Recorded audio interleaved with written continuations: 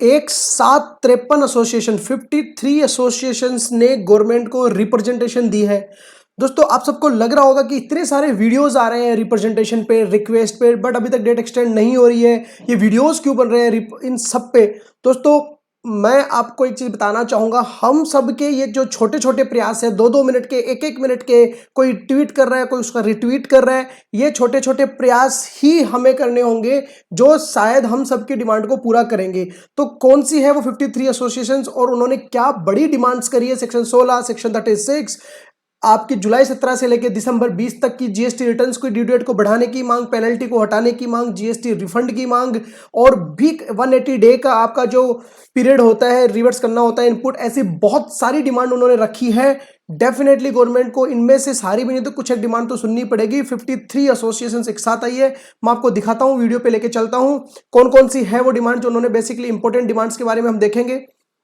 दोस्तों पहले इन्होंने सबसे पहले रखी है due dates for GST return कि 1 अप्रैल 20 से लेकर 28 फरवरी 2021 तक की जितनी भी रिटर्न्स है उसकी ड्यू डेट को 31 मार्च 2021 किया जाए।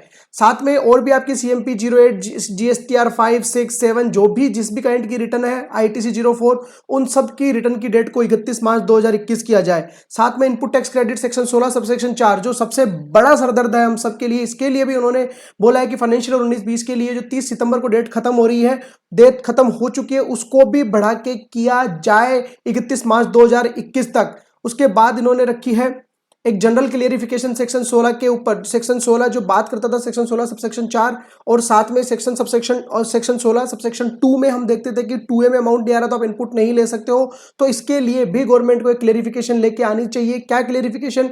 कि बहुत बार ऐसा होता है कोई बड़े सप्लायर है, उनके पास वो B2B की जगह गलती से B2C में दिखा देते हैं, उसके XYZ कुछ भी रीजन हो सकते हैं। अब उन्होंने टैक्स का पेमेंट, हमने जो माल उनसे खरीदा उन्होंने टैक्स का पेमेंट कर दिया है, बट गलती से उन्होंने B2C में दिखा दिया है। अब इसकी वजह से वो 2A में नहीं आ रहा, 2A में नहीं आ रहा तो हम इनपुट नहीं ले पा रहे हैं, हमारे पास नोटिसेज आ रहे हैं। तो गवर्नमेंट को इसके ऊपर भी एक क्लियरिफिकेशन लानी चाहिए कि भैया अगर ये प्रूव हो जाता है कि सामने वाले ने पेमेंट किया है, हमारे पास प्रॉपर डॉक्यूमेंट्स हैं, तो गवर्नमेंट को इसके ऊपर कोई क्लेरिफिकेशन लानी चाहिए कि इस केस में भी इनपुट मिल जाना चाहिए। उसके बाद दोस्तों रूल 37 बात करता है सेक्शन 8, रूल 37 में आते हैं कि अगर 180 डे में पेमेंट नहीं करते हो तो इनपुट को रिवर्स किया जाता है। तो दोस्तों इसके लिए भी डिमांड रखी है कि 180 डे को बढ़ा के कम से कम 365 डेज किया जाना चाहिए। बहुत जरूरी है क्योंकि कोरोना के समय में, कोविड के समय में लोगों के पास लिक्विडिटी पोजीशन बहुत ही कमजोर है। 180 डे में बहुत से लोग पेमेंट नहीं कर पा रहे हैं, तो इस पीरियड को भी एक्सटेंड करना चाहिए गवर्नमेंट को। साथ में time limit for relaxation of input tax credit under section 18, इसकी भी टाइम लिमिट की एक्सटेंशन की मांग करी गई है। इसमें मांग करी गई है कि 31 मार्च 2021 कर दिया जाना चाहिए। 15 मार्च 2020 से लेकर 31 दिसंबर 2020 का जो पीरियड है, इसके लिए डेट को बढ़ा के 31 मार्च 2021 कर दिया जाना चाहिए। सेक्शन 18 में जनरली वो आते हैं जब बाद में सप्लाई टैक्सेबल हो जाती है, कि पहले हम एग्जाम में काम कर रहे थे फिर टैक्सेबल हो गई, ऐसे काफी सारे केसेस आते हैं। अगर आप बोलोगे तो सेक्शन 18 पे हम अलग से एक वीडियो बना देंगे। उसके बाद रिफंड, सेक्शन 54 में रिफंड के लिए भी टाइम पीरियड एक्सटेंड करने की मांग करी है कि अगर टाइम पीरियड खत्म हो रहा था 15 मार्च 2020 से लेकर 31 दिसंबर 2020 के लिए, तो उसके भी टाइम पीरियड को बढ़ा के 31 मार्च 2021 किया जाना चाहिए। साथ में रूल 36(4), हम सबको पता है रूल 36(4) 10% के बारे में बात करता है, जिसकी सितंबर 2020 में हमें कम्युलेटिव रिटर्न भरनी थी। इसकी भी मांग करी गई कि इसको मार्च 21 तक किया जाना चाहिए। साथ में जीएसटीआर 2B पे भी एक क्लियरिफिकेशन मांगी है। आईटीसी 04 की डेट को भी एक्सटेंड कराने की मांग करी है। ई वे बिल के लिए भी बोला है कि अगर सेम स्टेट में सेम पेन नंबर पे गुड्स का मूवमेंट हो रहा है तो ई वे बिल को हटाइए अभी फिलहाल के लिए। साथ में जीएसटीआर 3B में आपने बोला था कि नेगेटिव फिगर भी आएगी, बट अभी तक नहीं आ पा रही है, तो इसके स्कीमा को चेंज कीजिए।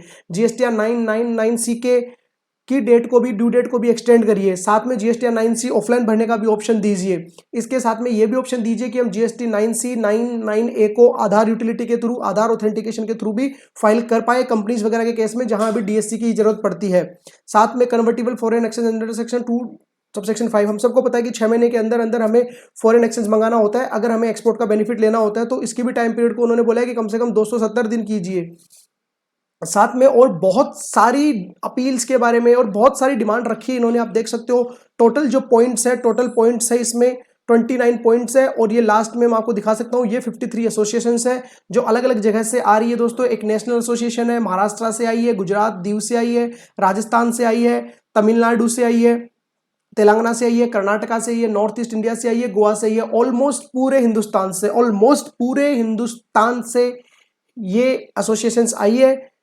दोस्तों आप लोगों को भी अपनी साइड से पूरा प्रयास करना चाहिए। आप चाहो तो एक छोटा सा वीडियो शेयर भी कर सकते हो, आप जाके जो हमने ट्वीट किया है उस ट्वीट को रीट्वीट भी कर सकते हो। आपका एक छोटा सा प्रयास शायद पूरे देश भर के लिए बड़ी खबर ला सकता है। Thank you so much.